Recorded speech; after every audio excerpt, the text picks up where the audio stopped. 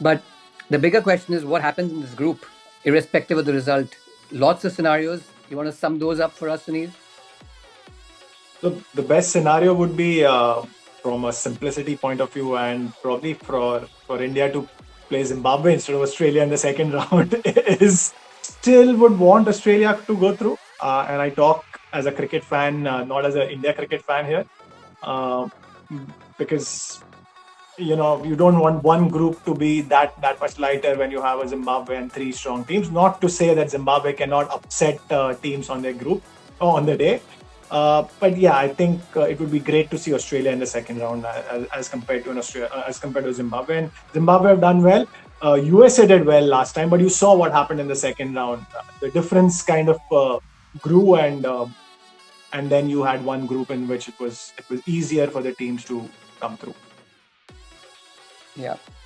Sujit, any favorites between seeing the Aussies crumble out of the Super 8s or seeing I Zimbabwe or Sri Lanka in the Super 8s?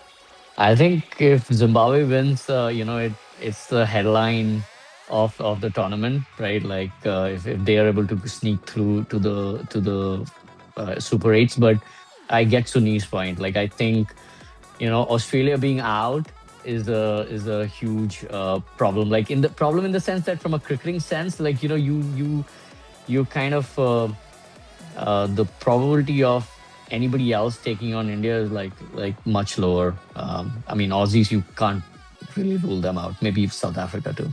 Have been a little unfair on Zimbabwe as well because Zimbabwe's journey has been pretty cool. They had to make it through the qualifiers to get to the World Cup. They were not automatic qualifiers. They had to top their group in the African qualifiers, and then they had to play against other teams and get through.